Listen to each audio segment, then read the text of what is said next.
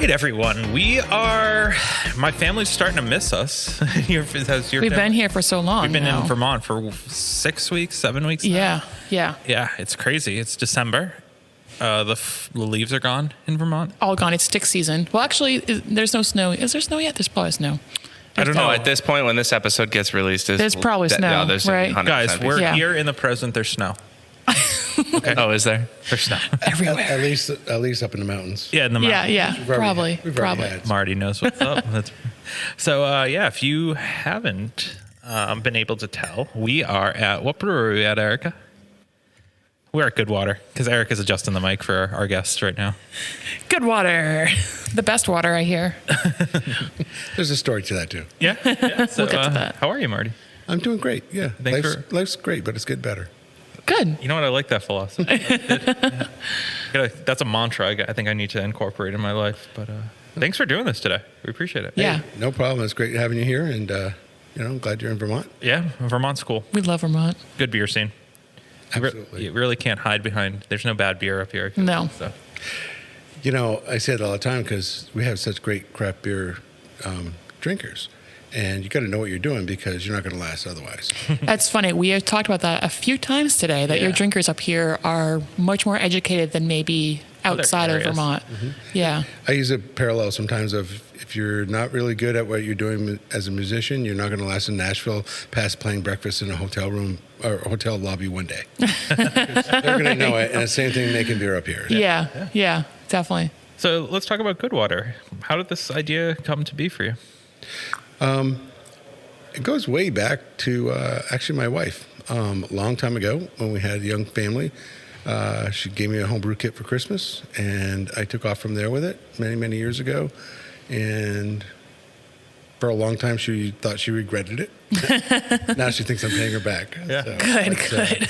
So, we're actually living down in Massachusetts at that point, and did a lot of brewing, a lot of contests, a lot of beer judging and things like that, and really kind of had a good knack with it.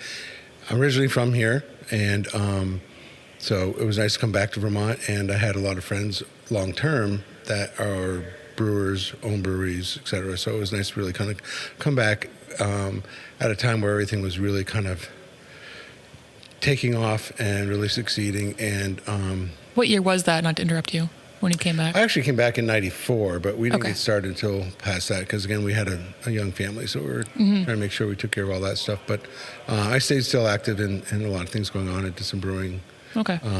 with some brewers. We just put out as Single beer once in a while. right. Yep. But then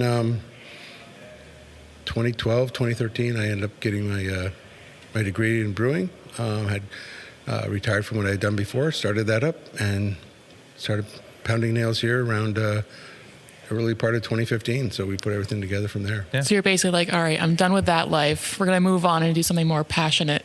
Yeah, everybody wants to retire. So Yeah. I retired and decided to add more hours, more work, and Yeah. It's gonna, but have fun doing what I was doing. And it's Yeah. say still most great to people this day. retire south or to Arizona. You decided to open a brewery.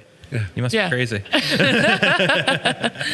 And then you went to school. What school did you go to? So I ended up at American Brewers Guild, which Okay. is actually based out of Middlebury, Vermont, conveniently, but it's one of the nationally known top tier, Yeah. brewing schools in Yeah. the country. And Steve Parks, that owns that, is just a fantastic mentor and judge and whatnot. And he's actually on the Vermont Brewers Association board, or actually he was. His term is now up. But Yeah. so we, and as I am as well, but there's a lot of other brewers that we can keep more tight-knit together just through that and Yeah. being dialed into the beer scene and everything. But American Brewers Guild just put out some fantastic brewers. That's really cool. And so it basically just teaches you about the whole process, takes you from square one, or what did that schooling look like? Yeah, I mean, it's a intense engineering and brewing science. It's 9 months plus a 3-month Like internship kind of? internship. Yep. Exactly. Yep. Yeah. So it's just full board, deep into it. Speakers from around the world come in and they utilize the best in the business. And Yeah. Very cool. yeah. Yeah. Nice. Was it important for you to get that education before you kind of went into an endeavor like this? Yeah, I mean, I mean, just seeing like the climate of the industry right now, not everyone has that industry There's a education. lot of people here that are in the industry that actually have at least trained with someone who's in the professional field, somewhat.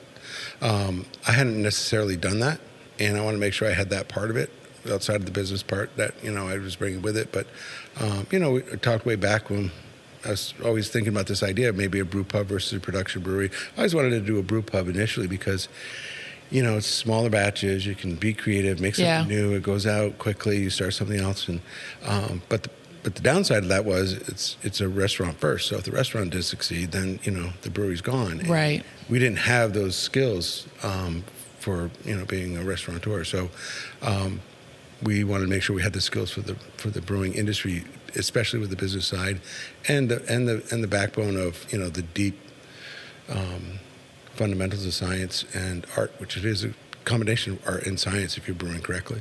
Definitely. I agree. Well said. What's the style that Goodwater's known for? I think we're mostly known for the fact that we stick pretty close to traditional beer styles with an accent. So just a little twist. So definitely have always been more the mindset of doing something you're comfortable and good at versus chasing what the new thing is and trying to dial it in and do something that could be a little more inferior, if you will, or just not good enough for the people that you're trying to compete against. Yeah. No, make happy that they're coming in when they're drinking it. That's the Because they know what that style is, and if you don't make it up to par. Right. Even if it's something new, it's like, it's just, you got to know what you're doing. And we always did that. We started with 4 beers originally that we had on tap. Now it's a dozen. But, what were those 4 beers? We had our Stange, which is our Kolsch. Cool. Yep. Is that the same that I'm drinking right now? Yes, it is. Yeah, it's wonderful. It is a really good Kolsch. Yeah. And then Proper Mild, which is an English mild that. Nice. Ryan, Good job, Ryan. It's very good. Yeah. And then Very good. we also had our Inspired, which is a dark Irish red. Yep. I'm surprised you didn't get that. I almost got that. Yeah. Taps are open. And then the hoppy side of pale, because that's when I had dialed in. We were talking about this earlier. Yeah. That as a home brewer, years in and years out, I just dialed it in because that was the beer I wanted to drink at home. Yeah. And it's a good, easy drinking pale ale with a little bit of a hop bite at the end, but it dissipates. So it's not. And I love. Doesn't linger too long. Right. And I love IPAs. I drink them all the time, but. For me and anybody else, if you really delve into IPA after IPA, you get palate fatigue because the hops overwhelm it, and then you're not tasting anything anymore, and you're not getting the experience that you want. And with this, the hop kind of goes away just enough that when you're ready for that next sip, you kind of start the whole cycle over again. Yeah. So it really brings you around to really enjoying it. And the other thing we've always done is beers that are crisp and clean. Nice. And not high alcohol, because when we were first getting into it, it seemed like everything was just like really boozy, creeping 8, 9, high IBUs, 10, 11, 12%. And it's like, I just remember wanting to go to a local pub and watch, football on Sunday. Right. No, same. I can't sit here and watch 2 games and drink 12% alcohol beer. Like, you guys are killing me. Yeah, no, I agree. We're so appreciative of a brewery that has, like, not necessarily sessionable, but like approachable, like 5% beers. It's just wow, I can sit here and enjoy myself, and I can drive home after, and it's great. Definitely. Yeah. It seems like since we've been back to Vermont, we were in Vermont pre-COVID. Yeah, that was 3 years while ago. Yeah. Yeah. And we were talking a lot about IPA. I mean, we went to Alchemist right there. So obviously, So right, we were in the IPA hub. But we did go to Von Trapp, right? They're known for lagers, pilsners, whatever, the German style. It's so funny. Every brewery that we've talked to thus far has been like, hop fatigue. Yeah. They see the pendulum coming back over. Do you see the pendulum? Yeah, exactly what Erica said. I think we've always seen it here just because of the clientele we have and they know what we have. Yeah. But, it took me a year before I even made an IPA because all my friends made them. And, I wasn't going to try to compete with Right. Sean Lawson's beers or Sean Hill's beers. Yeah. Or some other people were doing it. I shouldn't be name dropping because I'm missing some, That's fine. Great people out there that are brewing beer. Yeah. But it's like, until our distributor said, look, it's Vermont, you got to make an IPA. So we did, became our number 1 seller. So of course. Now you got to make a double IPA. So I did too. But again, that was back when it was like really just all IPAs and sours were coming on. Yeah. So we really kind of developed that, and we still have that. We have a traditional hop up front hop collusion is our IPA that's more traditional and West Coast rather. We have a couple of different East Coast IPAs, more tropical, fruity, single and a double.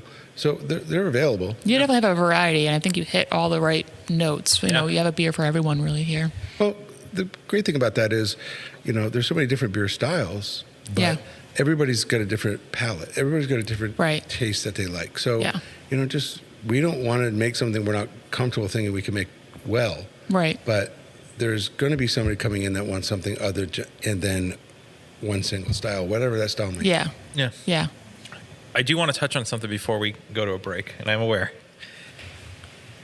The concept of hazy, when you were home brewing, everything we probably read and learned was like clear, crystal clear beer. Does it blow your mind X amount of years later that you have to brew a hazy beer?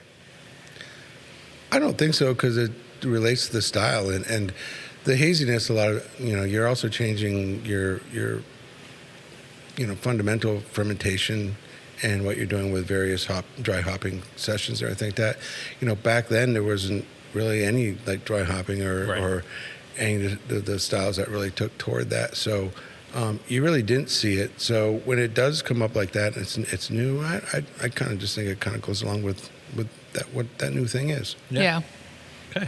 Now you also know, and I don't want to push it too far. No, you're good. Most of our beers also are relatively clear outside of the ones that shouldn't be. Yeah. And we still don't do any filtering. It's all done through temperature. Oh, really? Yeah. We take our time to let it be in the tanks long enough to do it right instead of try to push it through just to get product on us. Yeah. Definitely. I appreciate that. All right. I know my next question, but I'm going to let you think about it. When you let things settle and everything, schedule predicaments, I want to talk about how you do logistic-wise. But we have to keep our lights on. So, sound guy Ryan? Take it away. At our local homebrew shop, Beer and Wine Hobby, you can get everything you need to make beer, wine, cider, cheese, and more. Not sure where to start? They have knowledgeable staff there to help.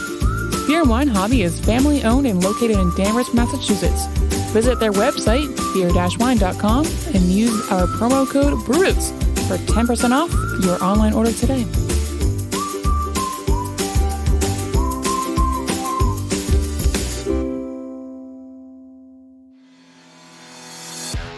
Shirts on Tap is the box subscription service for craft beer lovers.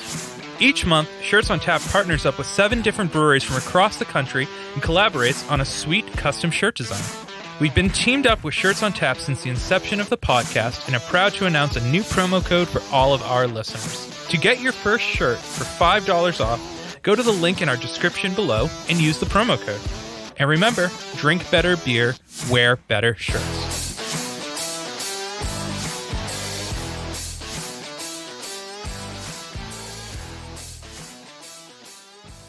I always find it fascinating. I have such an OCD mind where I want things in certain successions, but beer sometimes doesn't work that way, right? If you want a product that's clear and you need to cold crash it and let it settled out. Or filter it. Filter, yeah. Is that a logistic nightmare for your team? No, it isn't, because we expect to do it with the way we develop the recipe up front. Okay. You anticipate that time ahead of time. Good time. Yeah. Absolutely. Yeah. Well, hey, fair enough. Easy enough. That's Yeah. an easy question. The other thing that's important is repeatability. So if you want to put a Consistent. product out and you want to put it in a can with a certain name and a certain look, we should all expect it to be the same every time. Yeah. So in order to do that, then your cycle has to be pretty familiar along the way. I mean, there is that one huge variable called yeast, being a living organism. Of course. But we have a good relationship. So Yeah. far, so Well, good that's at that. good. That's good. We asked this question a bunch, but most important ingredient in beer, in your opinion? Well, I think you're setting me up to say Goodwater, but what's the most important ingredient in beer? That's a good question, because it really doesn't come down to the 4 main ingredients. I think it comes down to the art and creativity of how it's made and how it's produced, and So maybe the brewer. the brewer and just The process. The process in a way. but the care and the desire to do it right. Yeah. Yeah. That's a good answer too. Yeah, it's a good answer. No, definitely. I just made it up. It was great. It was great on the And you've spot. only drank like a tenth of your beer, so like. So. Oh, go ahead, Erica. Well, I mean, you talked hogging. about it, right? So where did the name come from? So you need good water to make good beer. Sure. Vermont has really good water. Yeah. Mountain water. Yeah, all kinds of great. The Lake Champlain's nice and clean. Mm-hmm. But my last name is Bonneau. I'm from Canada originally. Nice French my name, family, my father's from Canada, and that translates directly in English as good water. Oh, So Well, there you go. it ties our family in. yeah. My mother was a stubborn little Irish woman with a McAllister last name, which we have one red made named after her. Nice. But if you notice, our logo is a Celtic water Yeah. symbol. Yeah.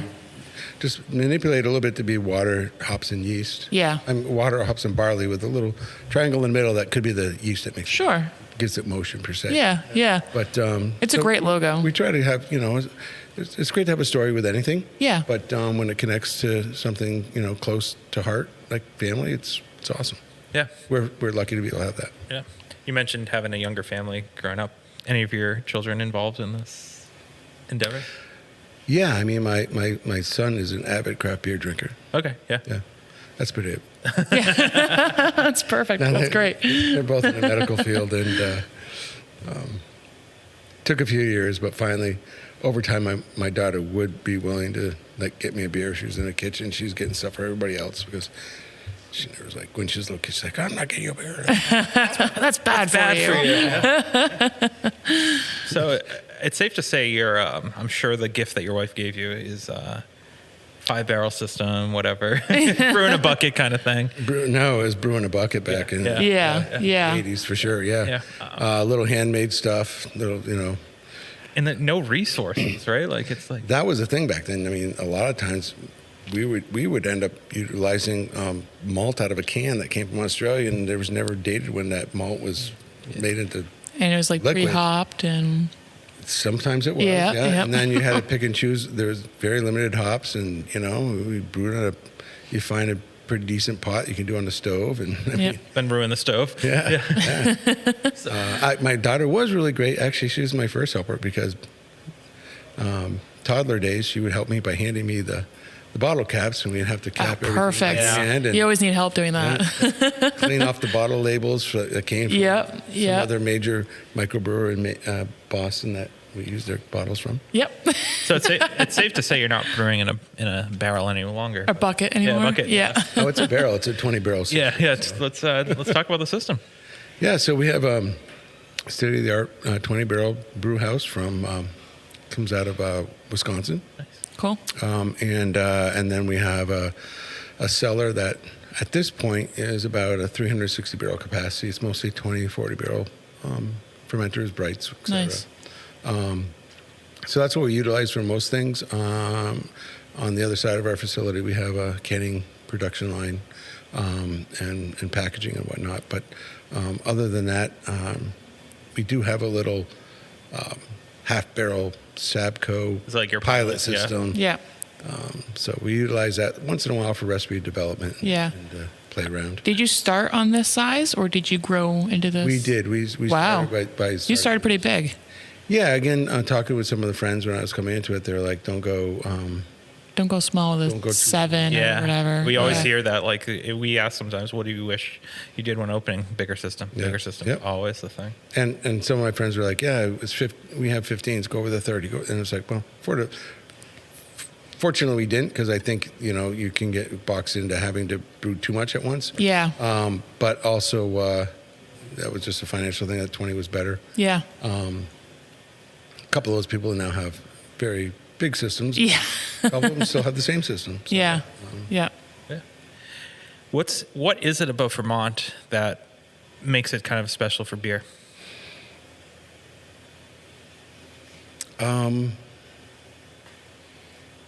I think you'd have to say that there's a great multi-season tourism here. So it's great when people come back year after year and it's like, what's new? Yeah. And there's something, or even if that's a style of beer you have, or it's a new brewery, being in proximity with Montreal and Canada and getting a lot of, now that we can again, get a lot of people that come down from there. I mean, an hour and a half from here to downtown Montreal. So people come down to shop and have lunch and go home.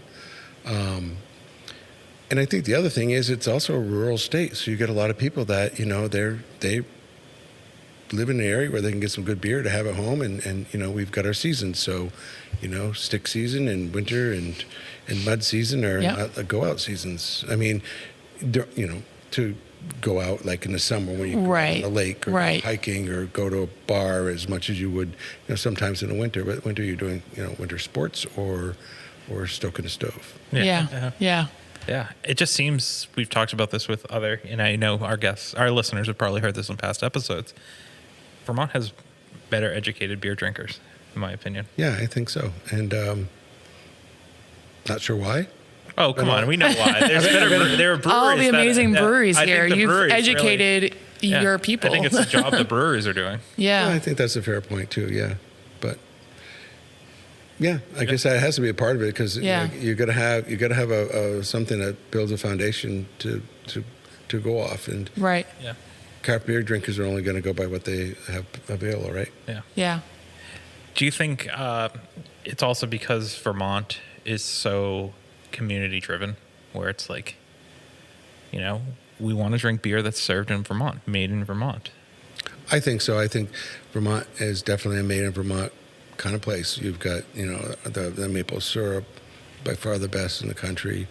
You've got just everything that's made here, and there's a lot of, farm to table mentality, a lot of local fresh ingredients. People, whether it be, orchards in the fall or whatever. There's always, sugaring for maple syrup in the spring or what's going on. It's just there's something about made in Vermont that people just are proud of. It's an old tradition in Vermont that, there's a lot of people that have generations here. Yeah, but I feel like also made in Vermont, it's not some sort of like BS slogan. When like it's made in Vermont, you expect a certain quality.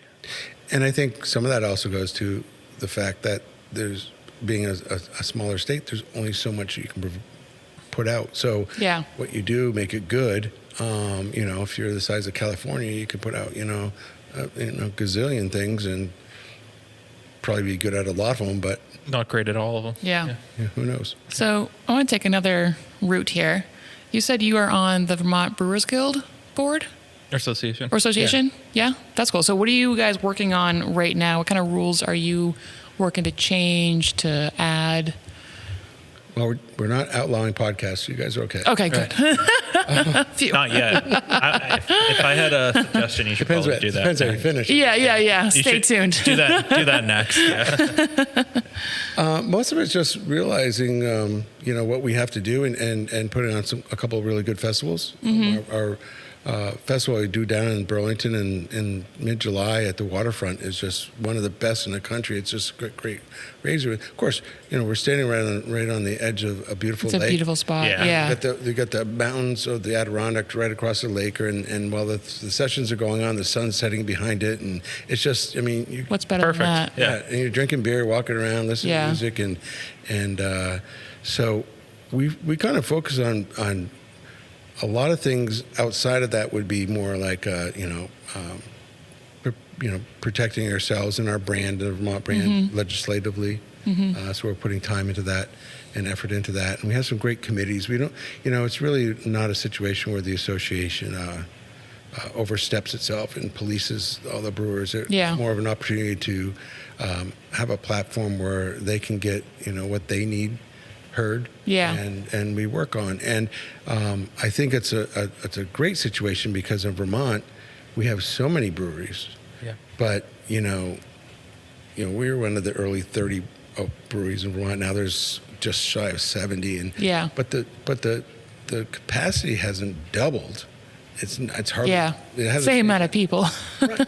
But the thing about it is because a lot of those brewers are like nano brewers or smaller breweries and local breweries. And I've always been a big advocate of this because it's like, well, you got a brewery now in St. Johnsbury and up and you got a couple up in the islands in the Grand Isle, and you got something in Virginia, you got something, in Hyde Park or wherever it might be. And it's like, again, being a rural state, you've got good, smart craft beer drinkers, but they want something at home when it's local. I think, as long as you're good, and it's great for everything. And it just rising tide is great for all ships. And the great thing about the Brewers Association is we focus on those small brewers, medium-sized brewers like we are, the large brewers. I mean, everybody's at a place at the table. We have people from all sizes on that board.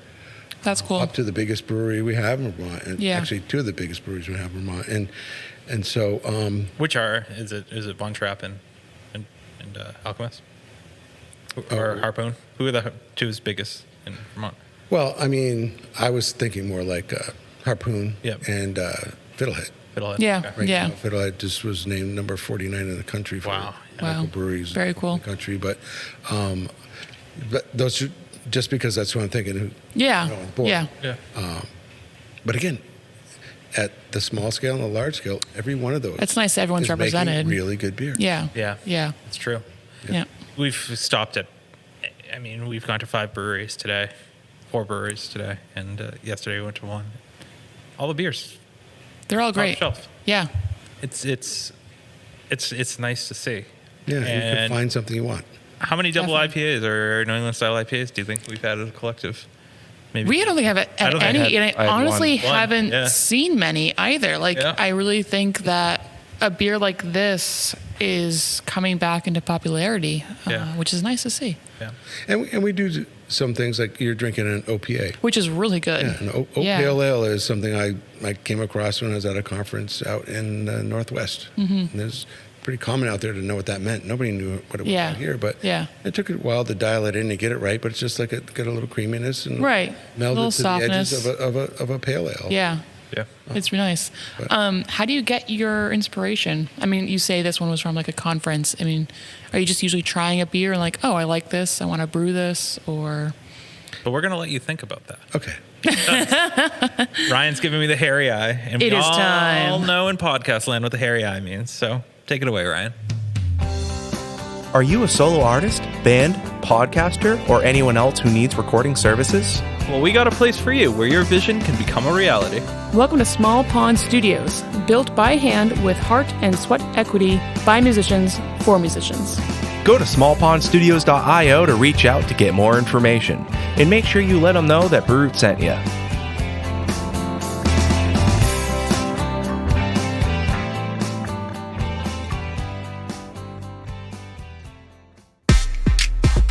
Hey, Sound Guy Ryan here. Didn't know if you heard, but we're a part of the Hopped Up Network. There you'll find other informative podcasts about beer. So go ahead, follow them on social media, and visit them on their website, hoppedupnetwork.com, to learn more about the people, beer, and breweries from around the country. And until next time, thanks for listening. Cheers.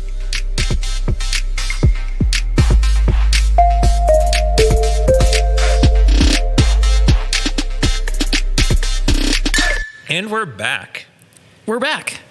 So, Erica. That's crazy. I thought you asked a really great question. Thank you. I ask them from time to time. Yeah. It's impressive. Thank you. It is. So ask the question. Okay, I'll ask it again. Inspiration. Where does it come from? Do you simply just try a beer off the street and like, oh, this is great, I want to make this? Or are you like a where does savant it and come just from? dream it up? I think it just kind of comes to me. It's just one of those things that he's a savant. If you don't, but I mean, if you don't think about it, then it's free flowing. I tried that with music once. It didn't work so well. Well, fair enough. Yeah. I mean, I try that if I wake up in the middle of the night saying, oh, yeah, just don't think about anything. And then, of course. Yeah. Yeah, then you're thinking of everything. I'm up for 4 hours. But I think we're also at a good place because we have hit a lot of the areas that we like as far as the styles and whatnot. And, you know, it might be more of a situation where someone comes to us saying, hey, what about this? Yeah. Or there's something, you know, like we never really did a sour for a few years. So now we've got a specific line that's just sours. And a kettle sour, like right now we have the Berliner Weiss. But once in a while it's just kind of fun to be creative, because then, like I said before, the art and the science come together, and, Right. and recipe development is a blast. And this past summer for the Brewers Festival, Thursday night they want to have something that included more of a Vermont theme, so you had to use something from Vermont. So we decided, well, let's make an ESB, a nice English special bitter with some Vermont hops. So Ooh, we had yeah. like an English ale with a Vermont accent. That's awesome. So Cool. Yeah, so it actually it's a little sharper than if you want to come in and you want to have your traditional English beer, you might be like, oh, what happened here? Maybe Yeah, not, yeah. but But again, it's just kind of a Yeah. fun little one-off. yeah, Yeah. definitely. Man, I love Massachusetts. Don't get me wrong. The But beer seems Vermont's great. got it going on. I mean, Come on, Massachusetts. Yeah, we need a separate game up. So yeah, we only have a couple more minutes with this, but how are you still brewing yourself? Occasionally. Yeah. Do you miss it when you don't have it? I miss it when I'm doing it again. Yeah. Yeah, Yeah. right. It's just as you move on and things grow and you get busy, and there's only so many hats you can wear. And I got, fortunately from us, in at least some ways, looking back at it, the pandemic was good to us, because I've got two great brewers and production people that lost their jobs in the industry, a really great brewery, and are here. Perfect. And so it worked out. and we actually grew through the pandemic slowly. We actually couldn't do much, so decided the area we're in now is a restaurant area. We didn't have a restaurant before, and Yeah. put the kitchen out and got that ready to go. And so Do you find it hard, not to interject, but do you find it hard? Are people coming here first for the beer, or are they coming for the food? it's always for the beer. Yeah. Yeah. And is Our that- food now with Pablo, our chef, is just phenomenal. Yeah. I mean, it's like, I don't know Yeah. how he ended up walking through our door. Luck. But it's just great. And creative, changing the things over every couple, 3 months with Love whatever's it. new and fresh. And Yeah. so that really draws people in. We do some, special events, a couple Yeah. times a week. We Yeah. do some variety of things. And so things like that do draw people in, but it's always been beer first. And kind of what I went back to before with the whole brew pub thing. If the restaurant didn't work, Yeah. you're sunk. Right. And actually, the people in Cigar City, not Cigar City, but down in Tampa, there's a brew pub down there that they told us that because they were having a hard time. Yeah. And they had Yeah. been established for years. Yeah. I think with us on the other side is like, we're okay because They know you for your beer. They want your beer. our beer has been established for years before Yeah. we started Yeah. the food. So Right. Yeah. Right. It's interesting. Like we mentioned, we've been up here 3 years ago. Nobody mentioned brew pub. Like nobody mentioned like the food aspect. Mm-hmm. The breweries that we've been to previous, it's like you have to have a food aspect now. Why is that? some of that might have grown out of the The the pandemic. way we came out of the pandemic, because again we developed all this. We had behind us was a wall to the other side, and it was a nice finished pallet wall. It was a really nice design over there. People were like, don't cut through that, because we knew I was building this over here. But we had this kitchen made. We had this site of all this seating. This is a good space. Right, completely done like this. Yeah. And then the one night the governor said, all right, now restaurants can open to 50% again, and so can any breweries, as long as you have a first class license, which means you're selling food. Yeah. So that night we cut that hole there. Yeah. If you're here when we closed on a Thursday night and you came in Friday, it was It was completely different. completely different. Yeah. But That's so that funny. also drove other people to have to start doing something. Yeah. with food. Yeah. Yeah. We've seen that growth of food. And I mean, a lot of the places have. And good food. Good It's food, not just yeah. like hot dogs. It's But I legit. think that goes back to what Vermont is. It's Mm-hmm. like you can't just BS this stuff. I don't know. Massachusetts, when that happened yeah. with the pandemic, everyone had hot dogs. Yeah. Like, it's like, I mean, I think that's true too, but we have to give credit to everybody that comes here during visits for tourism and stuff like that, because Sure. we got great clientele that come to Vermont from a lot of different states, Yeah. different countries, and everything like that. But they expect something good. They, Yeah. Yeah. They don't want to come in and get a bag of chips or Yeah. peanuts or something. yeah, a stiff Yeah. hot dog. Yeah. I mean, Yeah. they could have done that at home. I'm not saying what state that is, but Yeah. No, we won't say it. Yeah. it's okay. So it sounds like at Goodwater, and I actually know because I've seen the menu. There's an offering for everyone. Indeed. Really, it is, and that Kolsch was killer. So It good. was awesome. Nice and Enjoyed crisp. it. Thank you. And it's a sign of a good brewery. I think. I think so, too. A good when they have a Kolsch. good Kolsch, that's, in my opinion, it's a sign of a good brewery. Yeah. So we sign off on our listeners. coming Root sign of check mark approval. For whatever that means, actually. But where are you physically located so our listeners can come? So Goodwater is 740 Marshall Avenue in Williston, Vermont. We're right outside of Burlington. Yep. Yeah. Yeah. And very easy access. One of the two highways have. in Yeah, Vermont.